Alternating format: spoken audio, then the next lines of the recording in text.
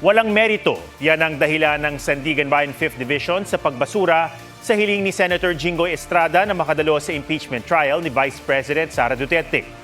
Binubuno ngayon ni Estrada ang 90-day preventive suspension dahil sa kinakaharap na kasong plunder at graft kaugnay sa flood control scandal. Sa 7 pahinang desisyon, ipinunto ng Anti-Graft Court na hindi may tuturing na emergency o compelling temporary relief ang hiling ni Estrada. Inisa-isa rin ng mga naunang desisyon ng Korte Suprema na nagsasaad na hindi maaring mag-practice ng propesyon, magnegosyo o humawak ng posisyon ang mga nakadetine. Kung papayagan si Estrada na makadalo sa impeachment trial, para na rin siyang malaya na magawa ang mga pribilehiyong kakibat ng kanyang posisyon. Bukod sa tila magiging special class ang estado niya, mababaliwala rin ang layunin ng kanyang preventive detention.